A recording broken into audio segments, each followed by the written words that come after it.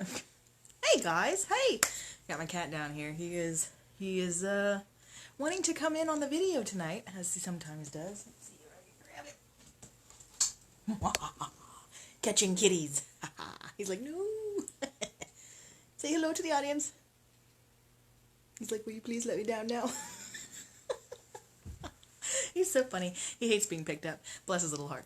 Hi, hello, and welcome to Wisdom Wednesdays. You've got me here, as always, Daniella Langford, here with ReDYLF, sharing with you tips, tricks, and some just general wisdom and experience, and hopefully that you can resonate and find some tools and solutions to apply to your life to make things a little less stressful, a little bit more easier, a little less of a struggle, right?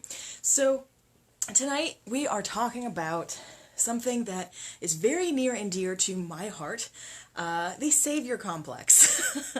As I sit here in front of all of you, trying to help you in any way that I can, it really kind of does sit here and reflect. I was reflecting before I came on about really this is kind of very, very near and dear to my heart, and it has very much been a huge growth process, not only in a business sense, but really, actually, in the personal sense.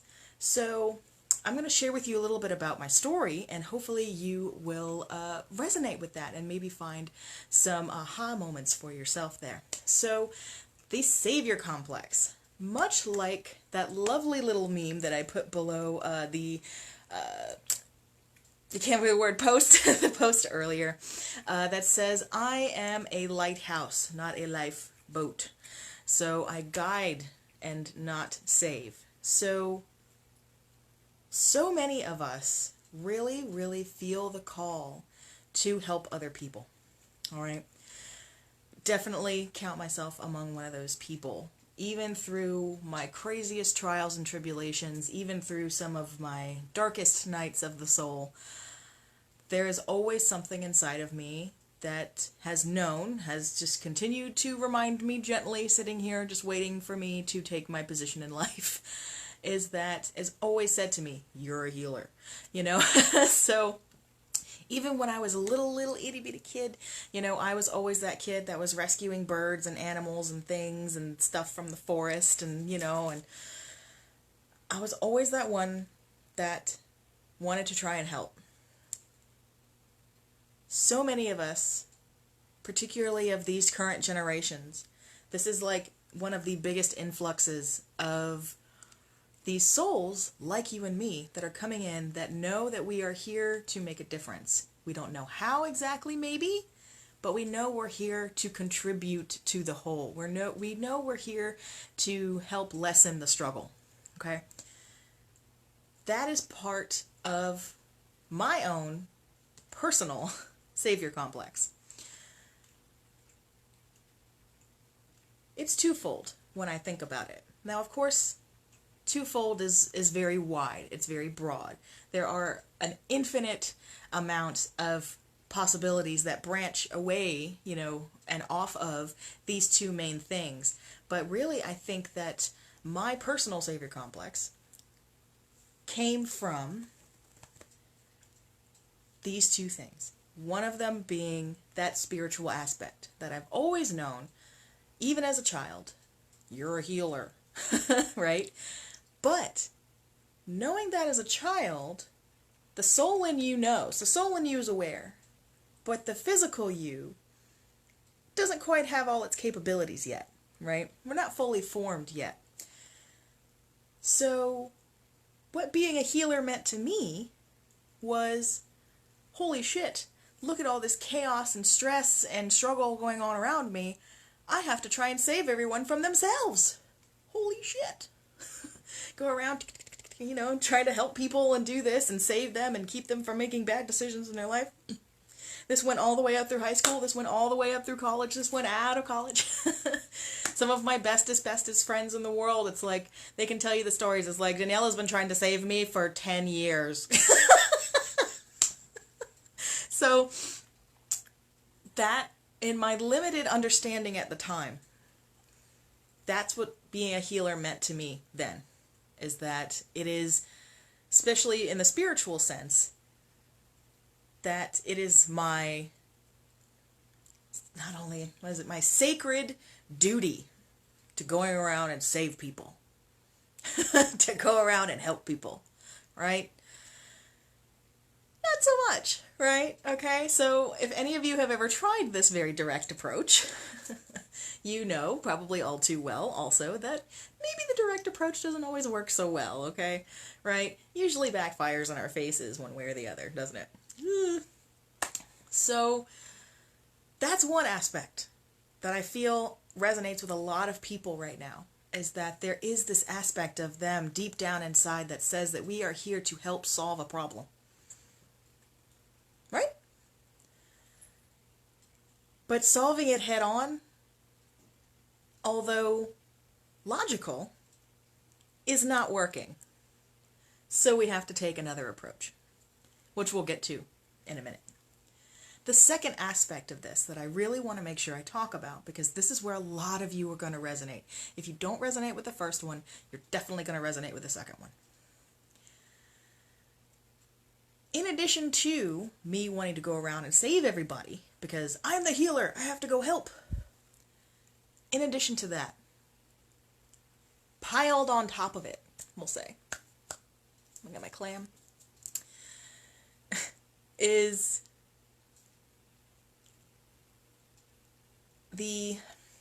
I'm trying to put this delicately. The upbringing that I had was not conducive to one believing in oneself and having a lot of self-esteem. And really trusting yourself, trusting, your own decisions, all of these things. Trusting your worth. Really, your worth depending on what other people thought of you and what you could bring to the table to serve them. So what are you going to give me that makes you worthy of being in my inner circle? That was pretty much the flavor of my upbringing. Now, I can't hate. Trust me, I did for a long time. And it still has its moments where the ego likes to come up and I have to tell it to go away. Like we all do, right? But I can't hate on it anymore because that's all they knew, right? Like Louise Hay, lovingly reminded us, and still from the grave, bless her, that they didn't know any better, which to us seems barbaric, right? But they didn't know any better. And imagine, if you will, they got probably 10 times worse than what we got. So theirs was actually an improvement, chances are. Right? Blows your freaking mind when you sit down and you think about it. But what that meant was that my self-worth, my identity, was tied up in what I could bring to the table to other people. What I could give them. Not what we could exchange, not how we could co-create, not how we could cooperate, not how we could build and create together. No. Right? What I could do for them. And I do sound a little bitter about it because I'm still getting over it. There are still some aspects of my life that we are still clearing. Right? It's a perpetual process, you guys. So you're always finding these little nuggets where you're like, ooh, that was better. Ooh, I gotta do some clearing work on that. So knowing that I want to help people, knowing that it is my sacred mission in some way to help people, to save them from themselves, right, in that definition of a healer, which we'll get to, coupled with my self-worth being tied up in what I could give to other people, the service to others. How I could prostrate myself to make someone else's life easier. Does that resonate with y'all? Because Lord knows I hear enough of it from my clients where they're talking about having to do X, Y, and Z because of X, Y, and Z. And feeling like they're not getting their needs met because guess what? We're constantly taught to be in a giving mode. We're constantly taught that our self-worth and our importance and our just how much can people consider us a human being depends on what you can bring to their table, which turns you into a people pleaser, right? How many of you are in that boat? Holy crap. All of us. Yes, April, clearing it daily. Good to see you, love. So that is what happened. That is what caused my personal savior complex. Oh, there goes the cat playing with the tapestry. Bless his heart. Oh, he's gone behind it. Oh, he's gone behind it. Bless him. What is he doing? Anywho, the spiritual mission combined with the self-worth caught up in service. What can you do for me? And in that, also, then you had another fun little third element. Wait. There we go. Almost did it. Is that then, when you're like that, when you are prostrating yourself before everybody all the time, okay, when you're constantly people-pleasing, when you're constantly trying to make everybody else's life smoother and easier in the direct fashion,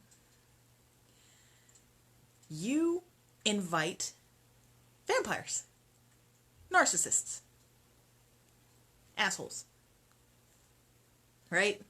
How many of you ladies and gentlemen, no doubt, how many of you have been through all the kinds of soul-sucking relationships you can think of? Right? Been there. We've had the crazies, we've had the abusive, we've had the vampires, the energy vampires, the narcissists, which are usually also energy vampires at the same time. But I feel like narcissism is way more of a mental thing, a mental emotional thing, and the energy vampire is definitely more on the spiritual woo-woo side. But that doesn't mean it's not real. So when we're like this, we're the walking doormat for everybody.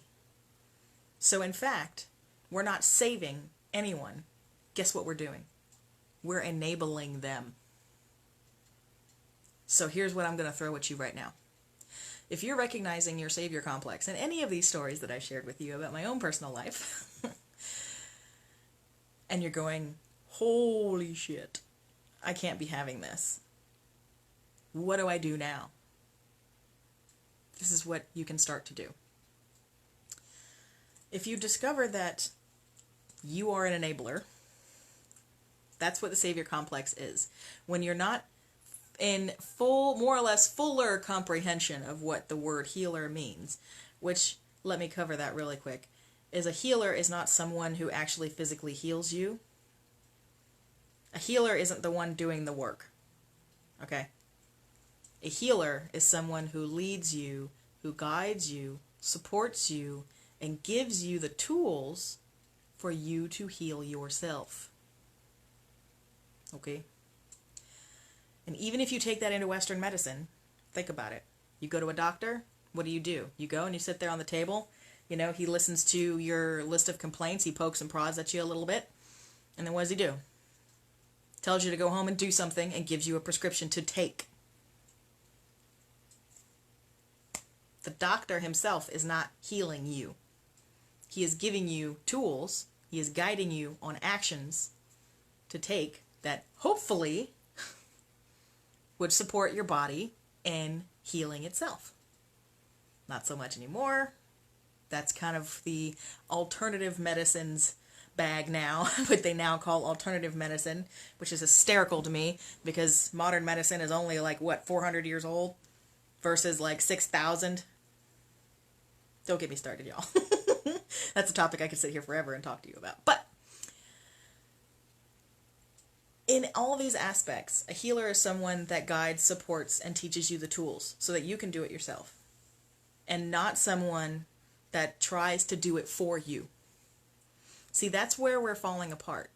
Us that know that we're here to be healers, that know we're here to make a difference, and we're trying to make a difference in all the suffering that we see around us, and all of our family, and our friends, and our coworkers, and everybody. Kathy says, you had me at narcissist, I'm all ears. You're You're damn right. You're damn right. It invites them. It's, swear to God, it's like energetic, what do they put that pheromone? It's like an energetic pheromone that you're like spraying all over yourself perpetually. Like when you have been taught and have taken on that role of a people pleaser. Yikes. What a fucking mess. And most of it is so well intentioned. It is so coming from the heart. Your intention to try and help people, to try and get them out of jams, to try and make their life a little easier. It is so heart intentioned from here. And that's why it hurts so bad every time it blows up in our fucking face. Right? Yikes. So instead of taking this direct approach, which is going out and go, oh my God, how can I help you? Oh my God, how can I help you? Oh my God, how can I help you? Instead of taking that approach, because what you're actually doing is you're enabling them. And I hate to say it, because I've been there. That's been me. Enabler. Not realizing. None of us realize that we're doing it when we do it. But, in fact, on the highest spiritual level, when we're talking about bigger woo-woo concepts, but it is all integrated.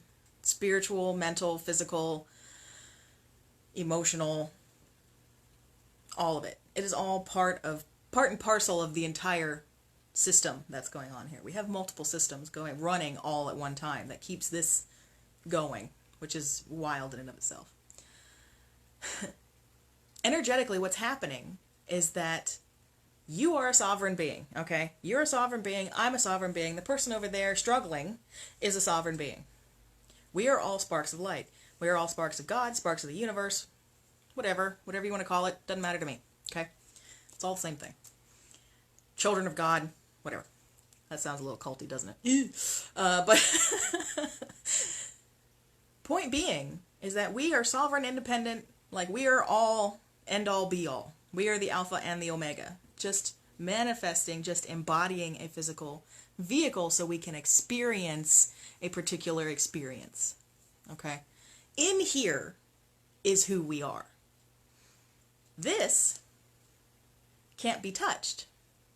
However, we've come down here with a set of rules that we're going to play by. We've already set out the game. We're kind of like, okay, so we're going to kind of play this game this time. We're going to kind of play the victim this time so that we can have this experience. We're going to get into some heady shit, so stay with me. But this is going to make sense. Because what's happening is that is a person, that's suffering over there. It's going to sound wacko, but they've spiritually, not physically, not mentally, not consciously, okay? Spiritually have chosen a path in which they are experiencing what they are experiencing. So, in effect, by us trying to save them, we are robbing them of that experience. I know, sounds crazy. I can hear you guys. It sounds crazy, but when you think about it, think about if, like, for those of you who have kids or have worked with kids at any time, you've got this little kid, okay, and they're tinkering around, and you want to show them how to fix the puzzle. Where's my earring? You want to show them how the puzzle goes together, because you've seen it, you got it, you got the answer. Here's the answer. If you show it to them, technically, are you not robbing them of them figuring it out themselves? That's what we're doing to everybody around us. Think about that. As people, we have this heart-centered desire to help. But in physically helping on the surface at face level, we're actually robbing them spiritually of an experience that will help them grow. I know, fucking wild, but it's true. I had to come to realize this. Ooh, excuse me, just had dinner. I had to come to realize this for myself. Some of my closest and dearest girlfriends, for years, I have been enabling them. For years, I have actually been performing a disservice. Because out of all of my love for them and me trying to help them, I'm actually robbing them of figuring it out themselves. And then comes the question more often is that, well, what if they never get it? Guess what, kittens? We're eternal. And I mean not the physical body, of course, okay? So don't let me lose you on that. But when it comes to the spiritual soul's journey, it's onward. So if they don't get it this time, it's okay. What happens, though, is that we take personal responsibility for other people's growth, and we can't do that anymore. That's one of the huge keys about being a healer, is that you can't take personal responsibility for other people's shit. Especially as an adult. Okay, you can take responsibility for your 2-year-old. 2-year-old's a 2-year-old, okay? But as we've gotten into adulthood, as we've grown, we still continue to take responsibility for other people's shit. As if it were our own crux to bear. Ooh, message, my goodness. As if it were our own crux to bear. As if it were our burden to try and figure it out. When it's not. Do you know what our actual journey as a healer would entail? Our actual service to be provided with this savior complex?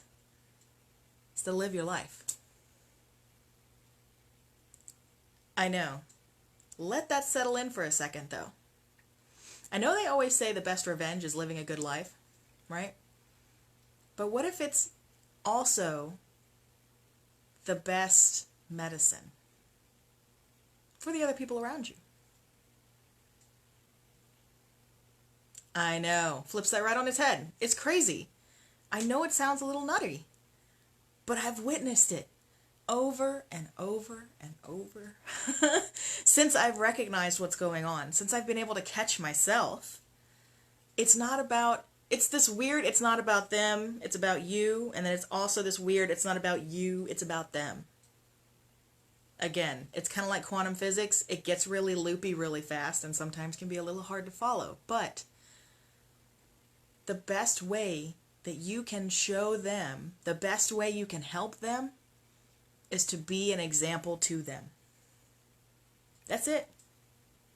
And if they come and ask for your help, then you can give some advice. Then you can lend a hand, helping them move or something. But always constantly searching for a way to help all of these other people around us is really enabling them to not take responsibility for their own lives and take up the mantle of being the sovereign being that they are and taking the opportunity from them away to learn. Just like with a kid and the puzzle. Half the time, the kid's going to be pissed because you told them the answer and they wanted to figure it out for themselves. How often does that happen to you? You go and you try and help a friend or something, and you give them the answer, and then they get pissed at you. And all of a sudden you're not talking for 6 months or something. They're pissed because you gave them the answer. They're pissed because they didn't see it before now. And you had to give it to them in their own mind. Okay? It's weird. So if you want to be the lighthouse instead of the lifeboat, woo! That's a tongue twister. Lighthouse, lifeboat. My goodness. It's that kind of night, y'all. If you want to be the lighthouse and not the lifeboat, start living your light. Be the light. By the way, that's going to be the title of something I have coming up for you that is in the works very soon, and I'm very excited to share it with you, but not yet. Be the light. Be your joy. If you love to go hiking, go hiking. If you are a foodie, go foodie. Go eat. If you love to, be around animals, be around animals. If you're an artist, do your art, do your dance, do your song. Do you. Because guess what? This is the killer. This is the killer. This is like what just drove me absolutely bonkers when I realized it was this simple. Because by doing you, it gives them permission to be themselves. Their real self. Not the narcissist self, Not the asshole self, not the gimme, gimme, gimme self, not the I can't do it self, not the help me, help me, help me self. By you being you, and you being self-sufficient and enjoying your life and going out and experiencing and diving into the experience of living, which is truly why our spirit incarnated in physical form to begin with. Because as one great man said, that his guide said to him, what's the point of incarnating? And they said, well, how would you know what chocolate tastes like? Enjoy your life. Because by you enjoying your life, all the people around you are going to see you living. And it gives them the permission to do the same. Now, sometimes it may seem to cause a rift, okay? They may seem to resent you because that's the ego, okay? And any of those people that fade out of your life while you are doing you, guess what? They're not meant for you. If they hang on, they're for you. And it seems really simple. It seems really simplistic. And it kind of, sometimes I know it can seem kind of cold in a way. But if you are spending all of your energy going out there to try and save everybody, what's left for you? What's left for you to sustain and be happy and experience your own life? What's left for you to not be struggling energetically, physically, mentally, being tired all the time? What's left for you? You can't enjoy your own life by doing that. Can you? You haven't been. I wasn't. I didn't even know why. Because we're constantly giving out. We're constantly being the lifeboat instead of the lighthouse. So be the light. Be you. Embody you. And if you don't know what that is, that's what groups like this is for. That's what people like me exist for. We're here to help guide you and to share tools with you so that you can figure that out for yourself. Because I don't want to make a bunch of mini-me's. There's already enough of there being one of me. Okay, thanks. Right? I don't want a bunch of mini-me's. I want you to fully embody who you are. And then by that, by your example, that inspires the people around you to be themselves, to be their best self. You will be surprised. You think that people are going to disappoint you. And in some cases, it may be true. But there are going to be so many more cases where the people around you, the ones that are meant to be those lifelong friends and family and all of that, soul family, regardless of blood or not, those people that rise to meet you, there's your answer right there. Because you helped them by showing them that there is a light. That light is possible, even in the dark. So be the light. Because that's how you're going to utilize the savior complex that we have, that is a distorted version of being a healer, of the mission that we came here with. One of the many, no doubt. April says, I put this in motion already without understanding fully what was going on. Yes, how often do we do this? That's how I pick crystals, by the way. I just walk into a crystal store and I'm like, all right, you guys, holler at me. Which one of you do I need?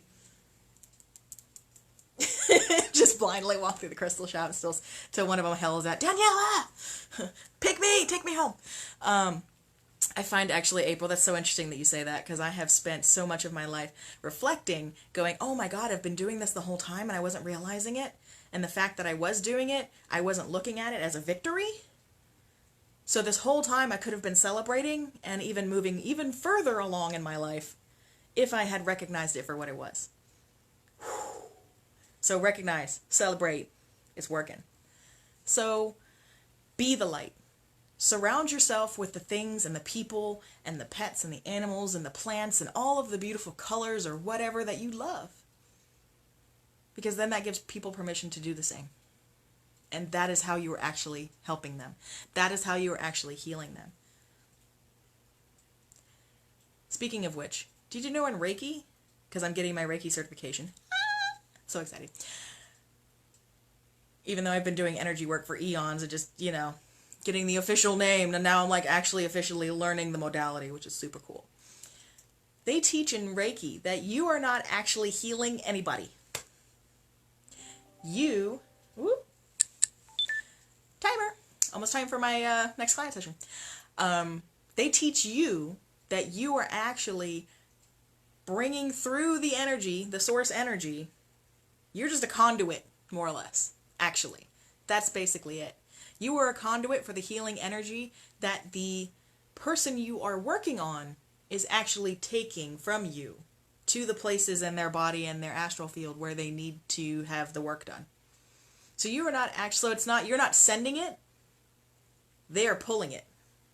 So which is why it's very important when you actually do any kind of energy healing work, those of you out there that do that, to make sure that you are pulling down source energy and that is what you are giving out as the energy instead of giving from yourself. Because I know sometimes, especially when we're first learning, we don't know how to bring down and use that instead of using ourselves, and then we can really, really drain ourselves and put ourselves into like some weird kind of funk and coma and nastiness and silly, just, like depression and things like that, because, we've drained ourselves completely of all of our vital energy.